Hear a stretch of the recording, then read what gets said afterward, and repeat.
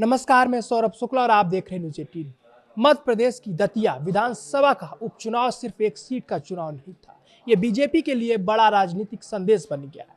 जिस पार्टी की पहचान मजबूत संगठन और अनुशासित कार्यकर्ताओं से होती है, उसी पार्टी को इस बार उसके अपने ही कार्यकर्ताओं ने सबसे बड़ा झटका दे दिया है। सवाल सीधा है, क्या कांग्रेस ने चुनाव जीता या बीजेपी ने खुद अपनी हार ली? दतिया में बीजेपी की हार के पीछे सबसे बड़ा मुद्दा बना पूर्व गृह मंत्री नरोत्तम मिश्रा का टिकट कटना। टिकट कटते ही पार्टी के अंदर ऐसा गुस्सा फूटा कि समर्थकों ने हाईवे तक जाम कर दिया। उस दिन ही साफ हो गया था कि मामला सिर्फ टिकट का नहीं, सम्मान का बन चुका है। इसके बाद बीजेपी ने नुकसान रोकने की पूरी कोशिश करी। बड़े नेता पहुंचे, संगठन मैदान में उतरा, कार्यकर्ताओं को मनाने की कवायद हुई। लेकिन जो नाराजगी दिल में बैठ गई थी, वो वोटिंग वाले दिन तक खत्म नहीं हुई। चुनाव प्रचार के दौरान एक तस्वीर ने पूरे चुनाव का माहौल बदल दिया। मंच पर नरोत्तम मिश्रा भावुक हो गए। उन्होंने कहा कि वे पार्टी उम्मीदवार के लिए घर घर जाएंगे, सिर झुकाकर वोट मांगेंगे, लेकिन उनके शब्दों से ज्यादा उनके आंसुओं ने संदेश दिया। उनकी आंखों से निकले आंसू उनके समर्थकों के दिल तक पहुंच गए। समर्थकों ने इससे सिर्फ भावुक पल नहीं समझा, बल्कि अपने नेता के साथ भी बेइज्जती का दर्द समझ लिया। खुद नरोत्तम मिश्रा ने भी कहा कि उन्हें टिकट कटने का दुख नहीं था, लेकिन उनके कार्यकर्ताओं के साथ जैसा व्यवहार हुआ, वही उनकी आंखों में आंसू लेकर आया है। यहीं से चुनाव का पूरा समीकरण बदल गया। बीजेपी के नेता मंच से एकजुटता की बात करते रहे, लेकिन जमीन पर तस्वीर अलग थी। कई कार्यकर्ता पूरी ताकत से चुनाव में नहीं उतरे, कहीं चुप्पी रही, कहीं दूरी रही और कहीं अंदर खाने नाराजगी खुलकर दिखाई दी। बीजेपी ने डैमेज कंट्रोल के लिए कोई कसर नहीं छोड़ी। वरिष्ठ नेताओं को जिम्मेदारी भी दी गई। संगठन के बड़े चेहरे दतिया पहुंचे, राष्ट्रीय से संगठन महामंत्री तक कार्यकर्ताओं को मनाने आए। लेकिन जब कार्यकर्ता मन से साथ छोड़ दें तो सिर्फ बैठके और भाषण चुनाव नहीं जिता सकते।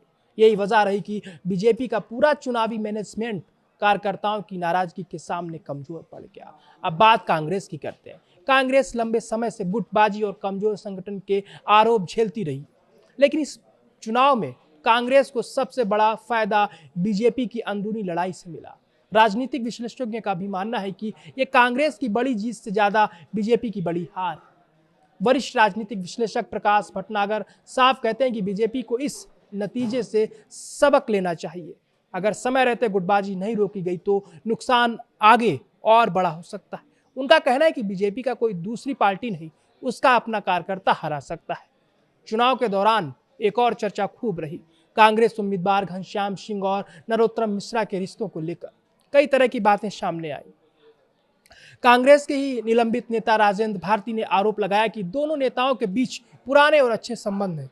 हालांकि कांग्रेस ने इन आरोपों को गंभीरता से लेते हुए चुनाव नतीजों से कुछ घंटे पहले ही राजेंद्र भारती को पार्टी से निलंबित कर दिया।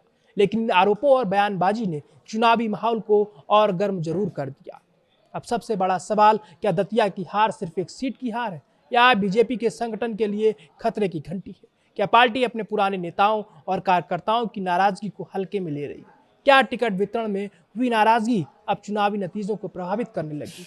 और सबसे अहम सवाल, अगर बीजेपी अपने ही कार्यकर्ताओं को साथ नहीं रख पाई तो क्या आने वाले चुनावों में भी ऐसे ही झटके देखने को मिल सकते हैं? दतिया का नतीजा सिर्फ हार जीत का आंकड़ा नहीं है, ये संदेश है कि चुनाव सिर्फ बड़े नेताओं के भाषण से नहीं जीते जाते, चुनाव बूथ पर खड़े कार्यकर्ता जिताते हैं।